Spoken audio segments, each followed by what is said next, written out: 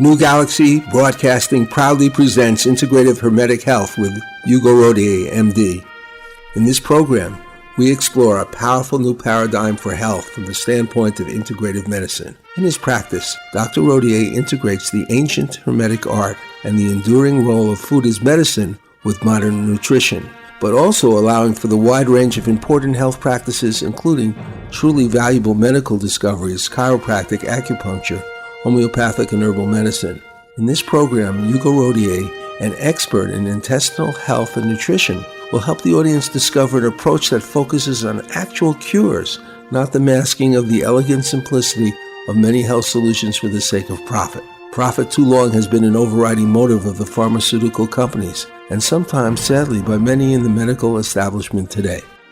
Welcome to the Integrative Hermetic Health Show. My name is Johnny Bluestar. I help Dr. Rodier, the founder and host of this show, to produce a program with a relatively rare and important mission. In this program, we actually let our audience, our lay audience mostly, take a peek and sometimes take a profound look at the latest research on nutrition from top medical articles in the world. Good morning, Doctor. Good morning, Johnny. What do you have in store for us today? What are we going to discuss? Well, I'd like to start with a question. What, in your impression, your opinion, is the number one cause for a patient to go see a doctor, or the number one complaint that a patient brings to a doctor in the United States? What would you guess? Why aren't I getting better? I'm just getting sick from taking all these pharmaceuticals. Okay, fair enough. But put yourself in the position of regular American out there. What is he he's not on any drug yet. Okay. What's the number one reason he might want to go to the doctor? Well, I'll tell you for myself, at certain points in my life, I was really tired. And, there you go. And even now, I'm thinking I'm napping a little bit too much. Okay, well, there you go. That is the answer. That is the number one reason Americans go to the doctor is fatigue. And number two, unfortunately, these things get mixed up in the mind of a doctor and a patient. What is the number two? Stomach problems? Depression. Oh, really? Yes. Okay. After that, stomach issues, headaches. But let's talk about fatigue for a little bit. It's just so unfortunate that most people that go to the doctor for fatigue are deemed and diagnosed to be depressed, so they get an antidepressant. The few that might get a diagnosis of chronic fatigue syndrome, which incidentally, it has been changed, the name has, to systemic exertion intolerance disease, myalgic encephalomyelitis. You're kidding me. No, I'm not. Well, the name itself should tell you we got a problem, right? Yeah, I would say so. What would such a name imply to you? What does it hint of, such a long name? I'll say it again. Systemic exertion intolerance disease, or myalgic encephalomyelitis. Well, it sounds like something's happening to your brain. True. in a terrible way. Maybe it's your whole brain is growing. I don't know, because I don't. It sounds like it's a medical term that nobody should have invented. Right.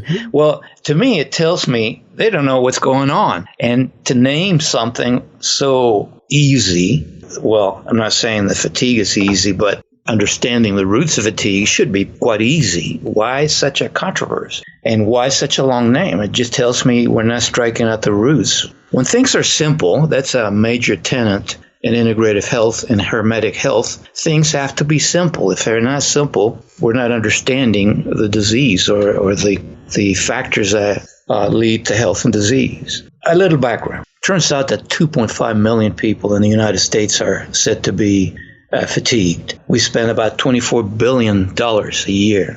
These people do trying to find relief. Most of them, like I said at the beginning, get an antidepressant. Oh, my God. That is amazing. That's an amazing amount of money. Yeah. And now the problem is that the few that get a diagnosis of chronic fatigue syndrome are not treated properly. The ones that don't get a diagnosis are ostracized, deemed to be a bit crazy, and just being malingering, which is unfortunate because these people are truly fatigued. Now, an article just came out, and one of the issues, this month's issues, of the Journal of the American Medical Association that caught my attention. The title of the article is Advances in Understanding the Pathophysiology of Chronic Fatigue Syndrome. In other words, what the heck is going on? And if somebody wants to read it, it's in month of August, page 499. But this article is amazing. And I must say it rehashes something we've known for quite a while, but it gets buried. And we talked about it about 2 years ago, I believe, because there was an article much like it back then in another journal. But this article boils down chronic fatigue to problems with the brain, as you caught on from the name. Yeah.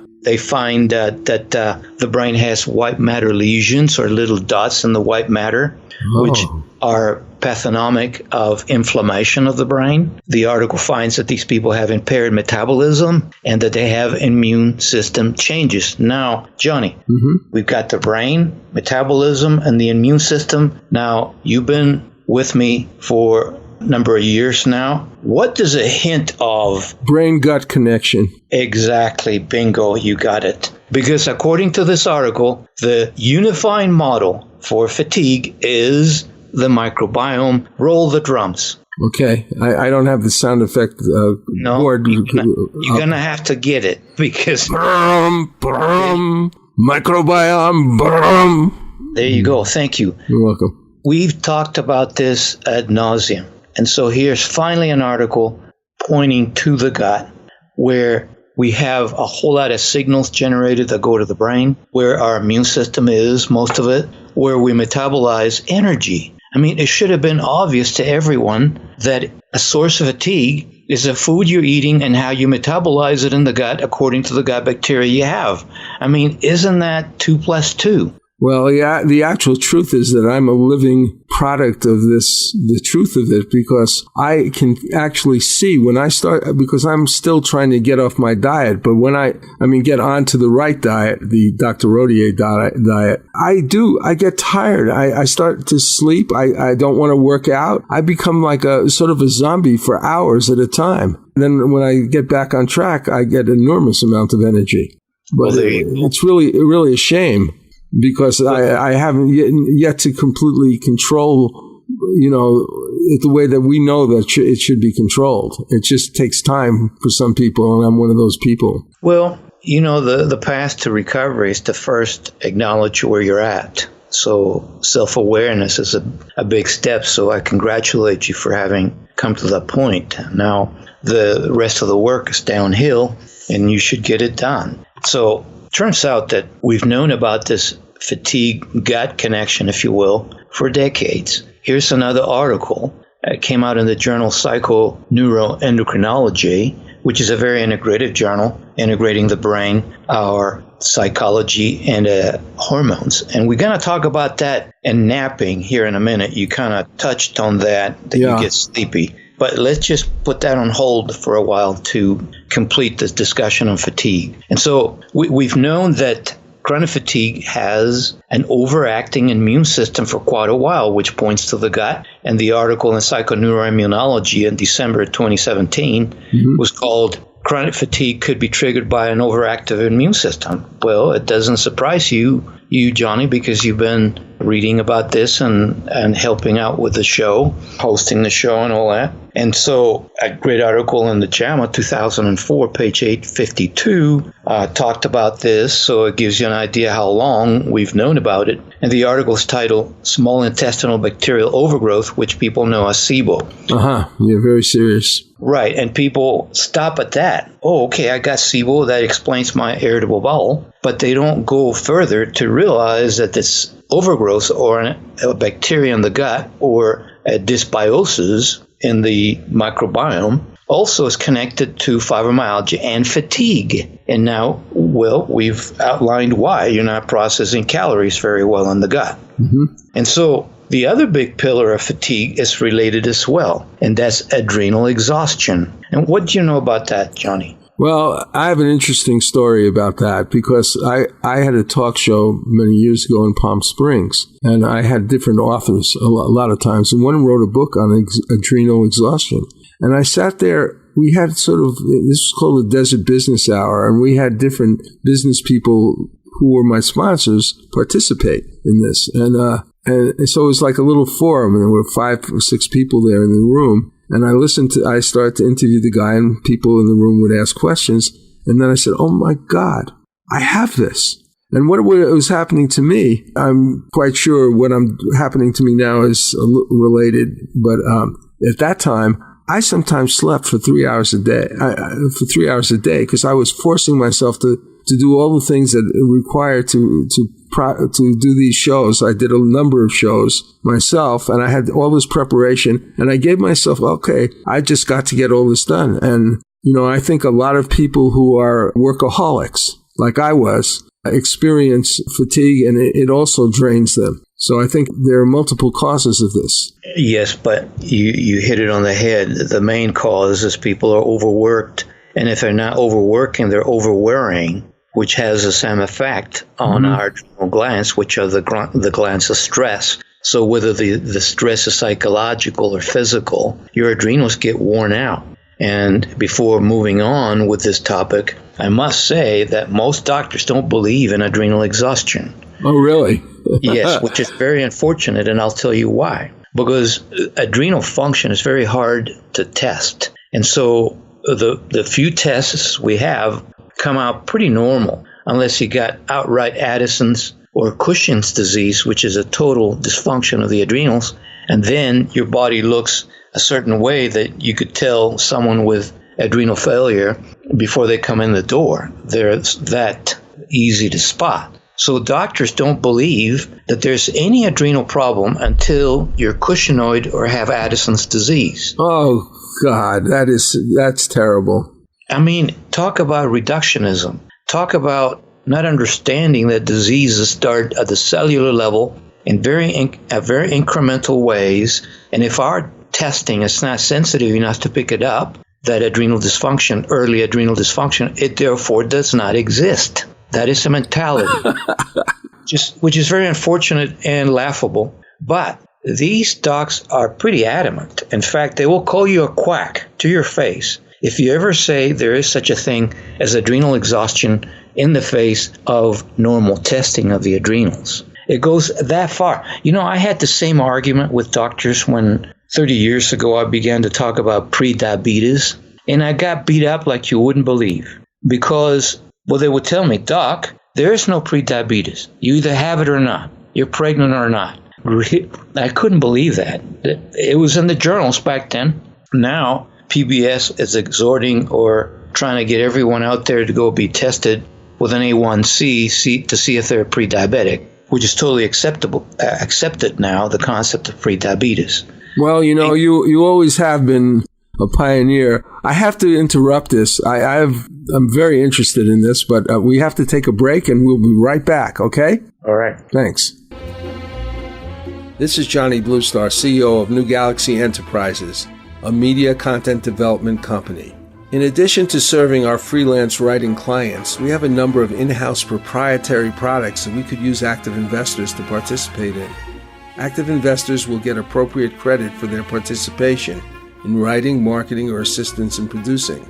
These projects are screenplays, TV pilots, or books, some susceptible for further in-house development as film and novel franchises or standalone film, novel, or television series.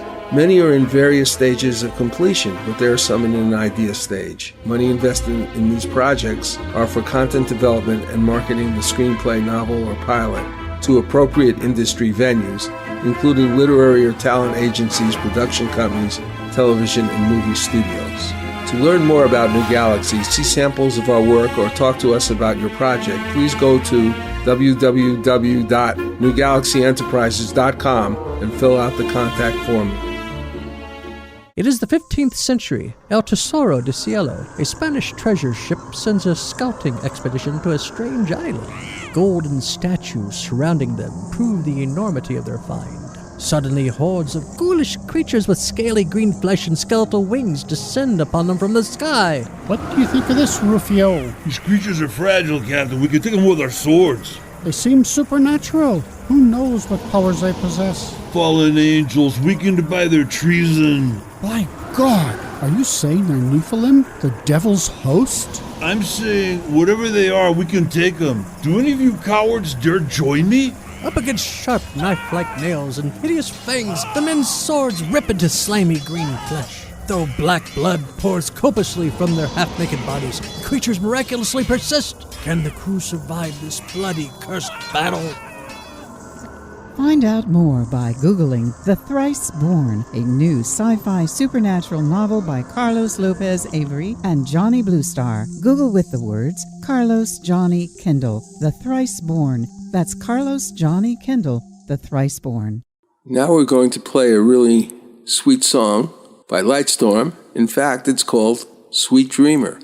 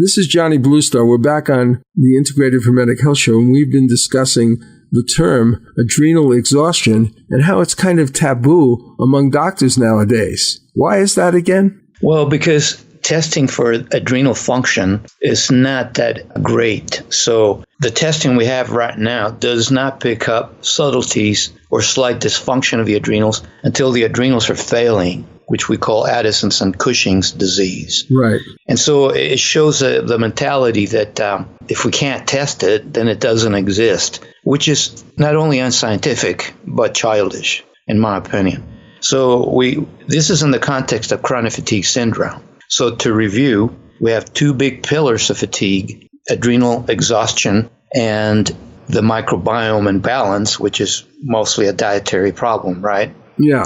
Well, turns out the adrenals are not going to recover. Think of them as being frazzled or worn out. Well, they need to restore themselves, refurbish themselves, right? Mm-hmm. If they're constantly firing because you're under constant pressure, under constant stress, either psychological or physical, working too hard or worrying too much or being beat up emotionally, well, the adrenals have to recover. But if you're always under the gun, they're not going to. And they're not going to if you're not absorbing or processing macronutrients like minerals well in the diet, particularly if you're taking drugs like Prilosix, those acid blockers. that curtail the absorption of micronutrients like minerals, which are essential for adrenal function. So you will not be able to process those nutrients in the gut real well if you have a microbiome imbalance. Then the adrenals will have a harder time recovering. Do you follow? Yeah. Okay. So these things are connected. Unfortunately, when you go to a regular doctor, they check your blood. They might check the adrenals, I doubt it, and finding everything normal, because this kind of disease, fatigue, often doesn't show anything because things are happening at the cellular level. So the patient feels it, perhaps too early, if you will, for tests to pick up. So these poor patients end up with an antidepressant, or in subtle ways ostracized or sent packing from those practices. And so they tend to go to other doctors that might not be as reputable. I'm afraid to say, some practitioners who will start to give a whole lot of supplements and hormones. A whole lot of these people are treated with hormones. Why? Even though the testing might be normal, but these other practitioners have special tests, quote unquote, where they will show that your thyroid and your sex hormones are down.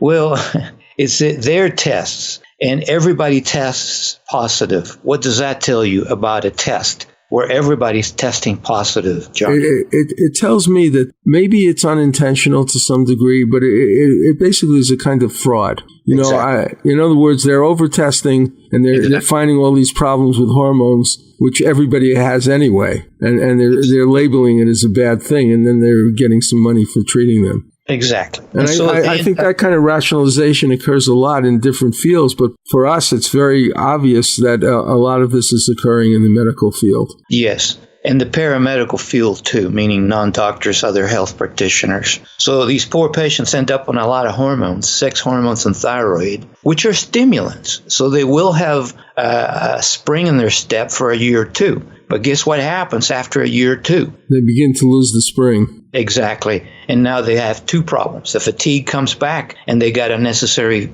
hormones on board. Mm-hmm. So we have to really educate people about fatigue, because a whole lot of them end up harmed either by an antidepressant, by hormones, or just sheer neglect where they don't get proper treatment. Well, you know, I wanted to mention, I think this is important because this is the Integrative Hermetic Health Show.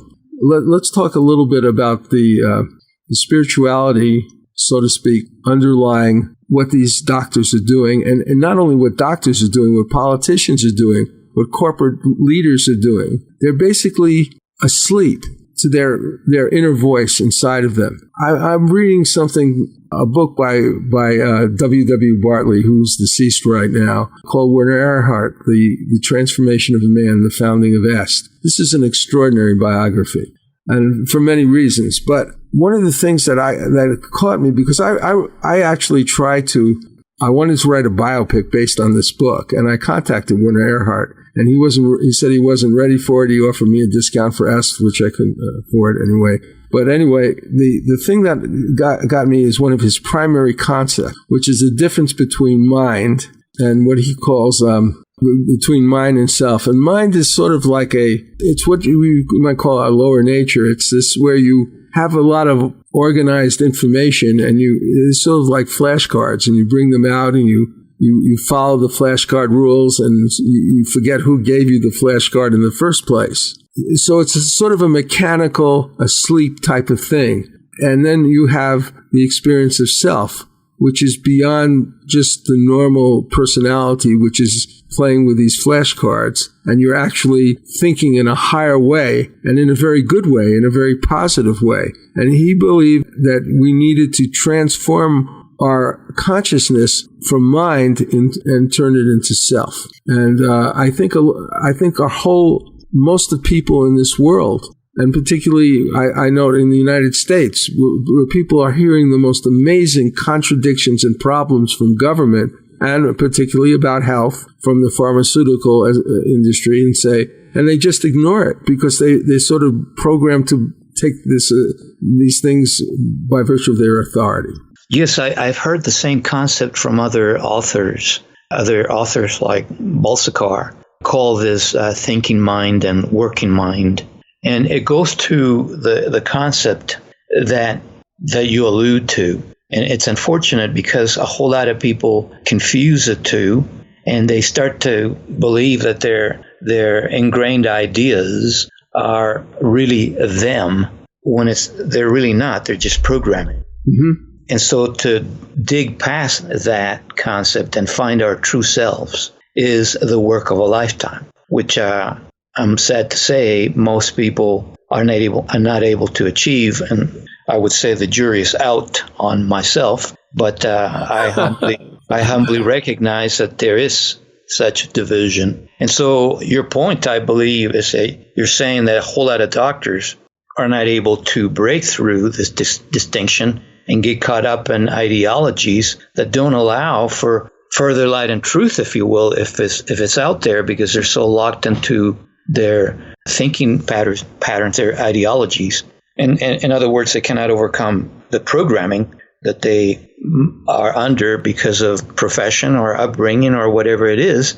Again, I'm glad you brought it up, because this is one of the central tenets of integrative health, to be open to putting everything together. So if you're leaving parts of the puzzle out, you'll never have a true picture. So thanks for sharing. Well, I want to go on a little bit further, because in some, for instance, in the Ouspensky-Gurdjieff system, they talk about sleeping, which is the ordinary state of consciousness, and waking up. In the New Testament, they talk about the soul, which is sort of the personality, and the spirit, which is what we're talking about here, is the self. I think it's a continual use of these different terms. There's so many of these different terms that really are the same thing that it does get very confusing. But I just want to say this one thing, which I think you might agree with, is that the beginning of the change in people needs to be sort of conscious. And it usually is, I want the truth about everything.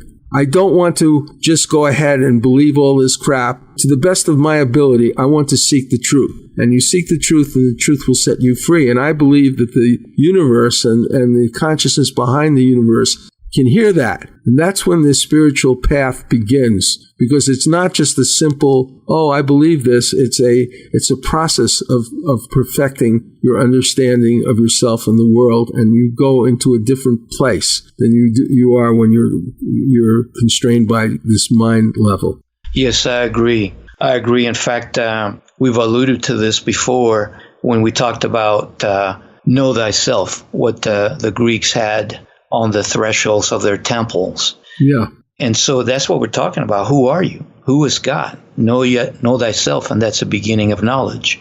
But you don't get up to the temple unless you want to go up there, unless you are a seeker of truth. And so, yeah, it begins with a volition, with a decision to look for truth.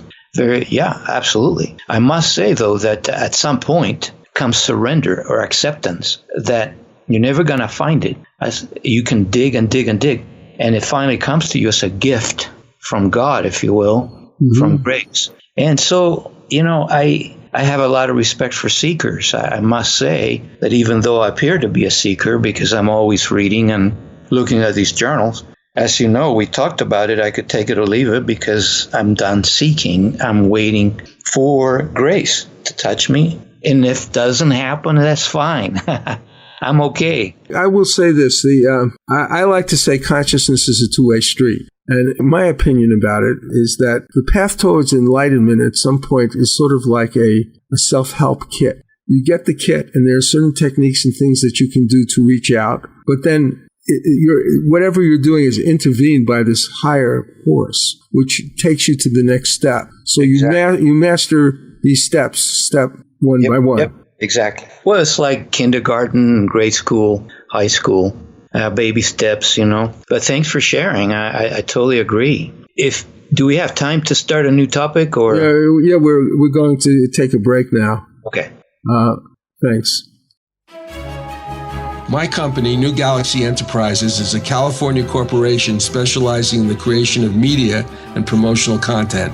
We are focused on original, innovative projects that are good for humanity. These projects could be nonfiction books or novels, fictional screenplays or documentary content, websites and website content, commercial advertising content for print, audio, or video products on the internet, television, or radio, musical scores for advertising, television or film, video, audio editing, etc. We want to promote products and projects that support the environment, encourage a healthy experience in living, developing, nurturing, and useful technology, and offering platforms for positive, socially constructive entertainment or informative, transformative media. Our experience in creating a variety of products like this is rather vast, and we offer client-based and collaborative products, as well as the opportunity of active investors to join us in the creation and promotion of proprietary products, some of which are in latter stages of development. For more information, go to www.newgalaxyenterprises.com. That's www.newgalaxyenterprises.com. If you're interested in talking to us, just fill out the contact sheet and we will get back with you.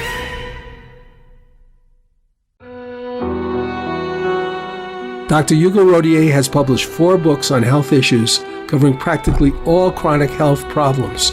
You may find them by accessing his website at hugorodier.com. That's HUGORODIER.com. Gut health is the most academic, while switching off chronic disease is the most patient-oriented, with simple recipes to implement his nutritional protocols. Now here's UK's singer-songwriter, incredible artist, Stephanie Slevin, singing What Goes Around.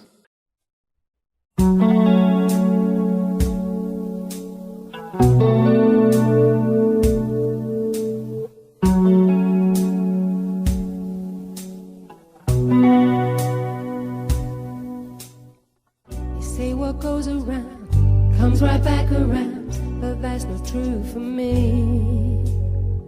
They say what goes around comes right back around, and that it comes in 3. Please bring me rest, bring me some peace, please knock on my door, and I promise I'll ask for nothing forever, evermore. Rise up from the darkness and step into the light.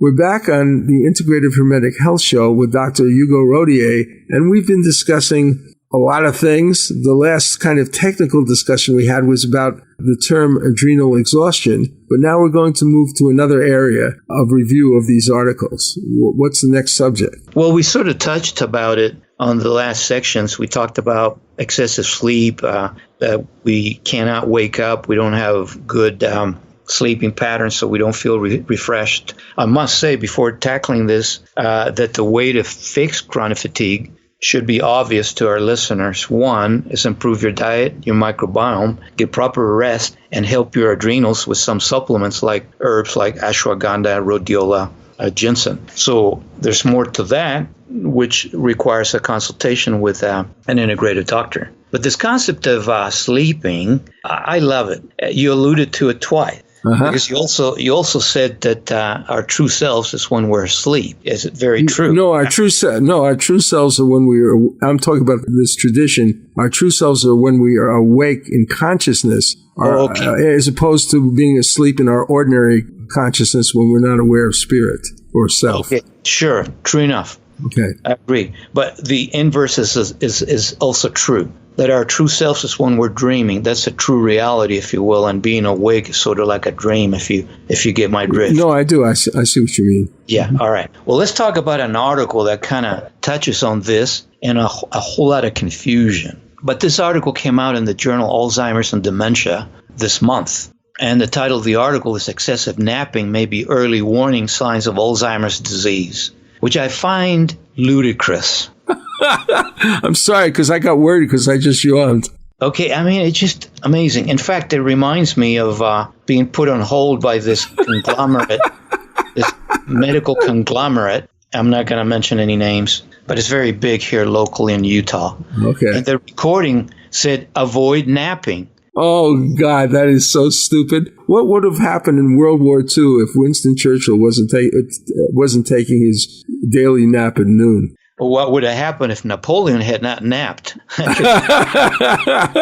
Yeah. All right. But they do find a link between excessive napping and Alzheimer's disease. It is there. I acknowledge it. It is published. It's a good article. But it's misguided. Totally 100% misguided. Now, I must admit that I'm Latin. I grew up French and Spanish, napping, and I still nap. And I get pretty grouchy if I don't nap. All right. So all these siestas are a sign of Alzheimer's in these different Latin American, South American countries? No, this is totally wrong. Let me explain. Is there a link between napping and Alzheimer's disease? Yes. But they're not digging deep enough. Not that corporate with their stupid recording, nor this article. Now, on the positive side, yes, if you're napping because you're eating too much sugar, that's the common denominator. It turns out that when you eat a lot of sugar, you put out a lot of insulin. And that extra insulin is a neurotransmitter, has a neurotransmitter effect, a sedating neurotransmitter effect that puts you to sleep. So if you're napping because you ate a whole lot of enchiladas and beans and rice and Twinkies and candy bars and ice cream, yes, your napping is driven by excessive insulin, which has been linked to Alzheimer's. In fact, we now call type 3 diabetes to this process where insulin is excessively poured out of the system and affects your brain. Remember I talked about the journal Psychoneuroendocrinology? Okay, we now know that all the functions of the human body, we've always known that all the functions of the human body are related. It turns out that the most powerful neurotransmitter in the brain is insulin, a hormone. Really? Yes, and that's what I'm talking about. Type 3 diabetes is Alzheimer's disease, or one of the factors that leads to Alzheimer's disease. That is one of the reasons we got so much Alzheimer's in our country, because our people, Americans, are addicted to sugar. I wrote a book about this. So is there a link between napping and Alzheimer's disease? Absolutely, yes. Well, I definitely have proven to myself that when I eat something with a lot of sugar, boom, I'm done. I go to sleep. Exactly why I said that you alluded to it on our earlier segment of the show. Yeah. Yeah. You're living proof of it, okay? And that leads to fatigue because the sleep you're getting is not restorative. It's sort of a sedative, drug-induced sleep, if you will. And so that kind of napping is absolutely linked to Alzheimer's, yes. But we're demonizing napping, aren't we? Yeah. Because if you nap after a very light lunch, like a salad, and you nap because you allow your body's rhythm, biorhythms to slow down. We all slow down in the early afternoon. That's a biological fact. And cultures that understand this and allow the body to rest for a little bit in the middle of the day, not only guard themselves excessive heat during the summer, they get to relax more. They obey their body signals. Their evenings are more full of pleasure and energy, which can be channeled into entertainment, sex, or whatever you want, instead of dragging your feet all night and falling asleep on the couch watching some TV show or anything else. And so, on the one hand, I'm saying, again, the article is correct, but it's unnecessarily demonizing napping. So we got two kinds of napping. The napping induced by bad food, processed sugars that increase insulin levels, which have been linked to Alzheimer's, and the healthy napping that I believe I engage in my culture, my people have engaged in for millennia. And you tell me, who are the healthiest people on earth? The French and the Japanese, both of which nap. Thank you very much. Very interesting. I mean, I want to say something, though, because I may be giving the impression that I'm always having sugar. And I want to say that because I am, no, I'm not, because I'm striving towards the Rodier diet, which is sort of like a Mediterranean diet. It's sort of like Dr. Joel Fuhrman's diet in a way. I guess you're familiar with him too, right? So it's emphasizing vegetables and some fruit and some protein from vegetables, but also a little bit from meat, but not too much in my case. And when I do that and I combine that with exercise and not staying up all night watching some kind of program, then I feel great. I feel great, and I have felt better in the last couple of years when I'm doing the right thing than I ever did in my 20s or my 30s or whatever. You see what I mean? Yeah, absolutely. Thanks for clarifying. So hopefully listeners can tell that we're not perfect people. We're just one of many out there who try to do the right thing, and together we might motivate each other to living a healthier lifestyle. And I also agree with something else that you said, and that I found a very interesting YouTube on what this person was calling the detox and the retox. And he was suggesting that you go on a core diet, sort of like maybe the Mediterranean diet, but your healthiest diet for maybe 3 weeks. You make a commitment to that, and then you just pig out. Listen to this one. You pig out on anything you want to eat for a day. Totally. You can eat anything, and then you probably get sick. But then that sort of validates the value of your diet, and it's easier to go back. That's absolutely what I tell patients when they come in feeling bad about falling off the wagon. And of course, my job is to teach, to motivate. So I don't want anybody feeling, oh my gosh, I'm a failure. I'll just roll over and die. No, I say, I'm glad you fell off the wagon. I'm glad you had a lapse because how did you feel? Terrible. Well, that proves the point, doesn't it? Which is exactly what you said. Yeah. And another thing, though, that yesterday I intentionally went to Sizzler. And I did want to be with my wife and everything, but I went there because I was going to just have the salad. Well, I wound up having 2 potatoes. I had ice cream. God forgive me, I even had some M&Ms or whatever, or things that look like M&Ms. And by the time I ate several rolls with butter, and I couldn't stop. And I'm saying, what the hell did I do now? But one thing I have gotten, if this happens during any time, I make sure that I don't feel guilty about it. I don't go into I lost you there. I make sure that I don't feel guilty about it. In other words, I don't get absorbed by guilt and start condemning myself. I just pick up and get back on the trail of good food. Well, good. It proves you're human. And I'm sure that you'll master those lapses in the future and keep trying. I mean, but I think it's bad to feel guilty. You know, it's like what you said. There is a role for comfort food. There is a role for enjoyable chocolate and so forth once in a while anyway. But it's really bad when you start to get so contorted by guilt, which I have in the past. Yeah, no, that's no good. In fact, there's an article out there, I'll have to look it up, in the journal Lancet about 30 years ago that really caught my attention. That's why I remember. But the article says that people who eat candy twice a month live longer. Now, it has nothing to do with the candy. It has everything to do with the guilt that you're talking about. Mm-hmm. The problem is, and we've covered this before, that if you allow yourself to have a blowout day or eat candy twice a month, if you have issues programming in your brain that causes you to be more have an addicting personality, you won't stop at 2 days a month. You won't stop at 1 day. Pretty soon it'll be twice a week, and then twice a day. And so I tell people, look, if you ever see me at a movie munching on Milk Duds, don't be surprised, because I don't have an addicting personality. I look good. You know, I'm not obese at all. I'm 66. I look 66, but a healthy 66. But the point being that I don't feel bad about eating those Milk Duds at a movie once a month.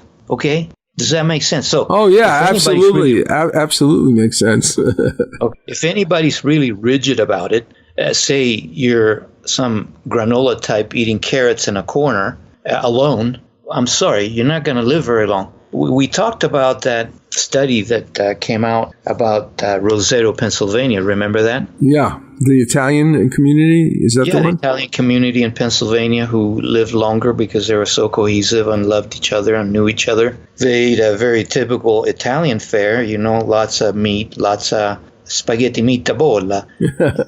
So, well, I think people can easily understand this. Hopefully they won't take it as an excuse to pig out. Well, you know, there's something else that you've talked about, and I think it's directly related. It has to do with the presence of these bad bacteria in the microbiome. If kept in check, they do provide a certain testing of the immune system. In other words, that it's probably good that it's there because it does bring the immune system into play and kind of strengthens it because they're fighting something. True.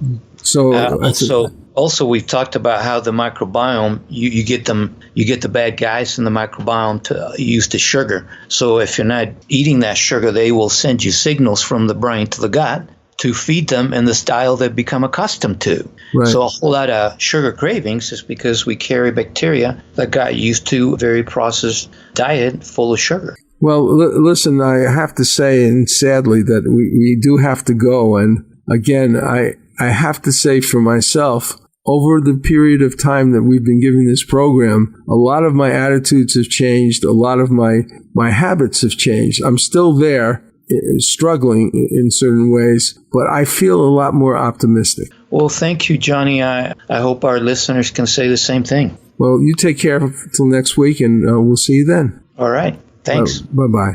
And now we're going to say goodbye, and after a few messages, we will go out with the Palm Springs Lullaby, sung by Patricia Welch. I wrote the lyrics, and Edgar Ahrens composed the music. For more information about Dr. Rodier's practice, books, blogs, and newsletters, contact Hugo Rodier, MD, at www.hugorodier.com. That's HUGORODIER.com. The Coalition is a unique project designed to empower its members both individually and collectively. Besides individual empowerment, its broader focus is on the restoration, protection, and enhancement of citizen and human rights throughout the world through the aid of its members. As this project is centered in the United States, our first task is to create a website and social network infrastructure to promote collective efforts to take back our rightful control as citizens over our government as designed by our founding fathers. Although we must begin with the social network restricted to United States citizens, the organization will also host a global dialogue for the discussion of human rights by citizens of democratic nations throughout the world. If you're interested, please check us out in the GoFundMe.com website, entering in the search field the Coalition for Planetary Empowerment. That is, go to GoFundMe.com and enter in the search field the Coalition or planetary empowerment.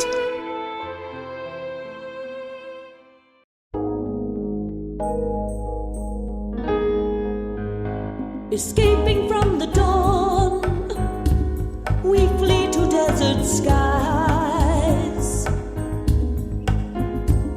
The final dance is on, with no more alibis.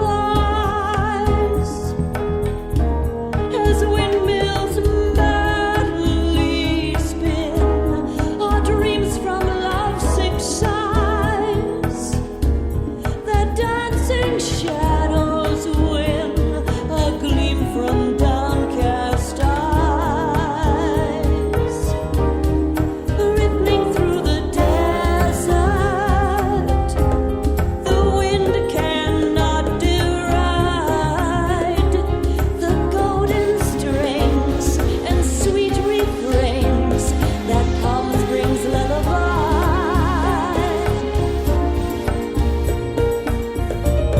The fiercely burning stars now shine in jewel-tipped glass.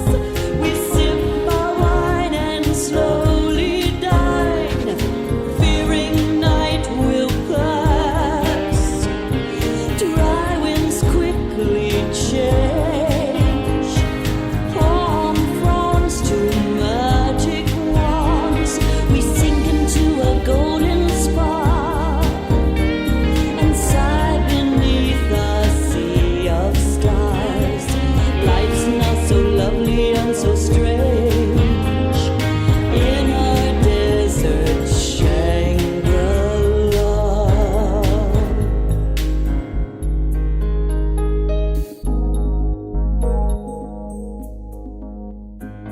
Abandoned by our friends, we tried without avail to whisper all the truths that now seem doomed to fail. We think we've lost our nerve, drowning in their lives. The headlights dodge and swerve before our aching eyes. Cascading through the night, the stars will not despise that gentle air, so fine, so rare, that Palm Springs lullaby.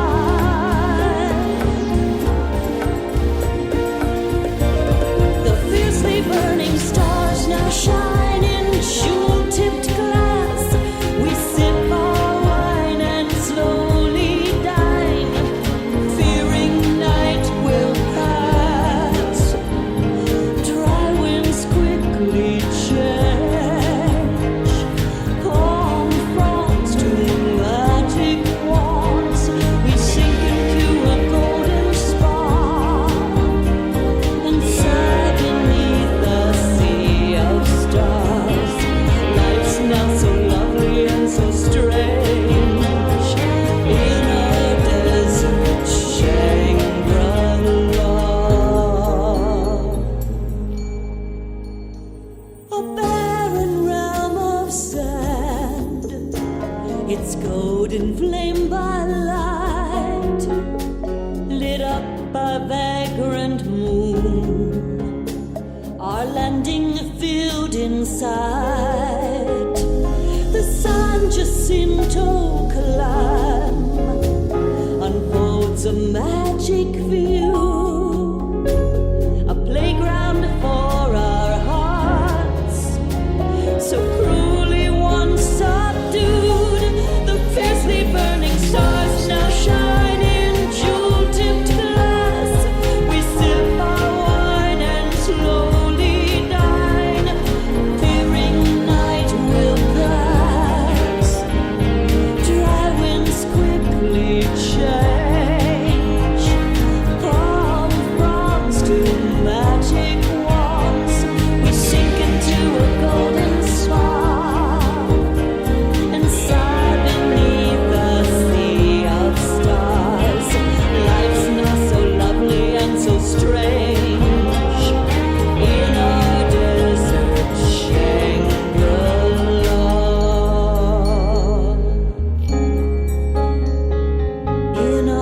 desert Shangri-La.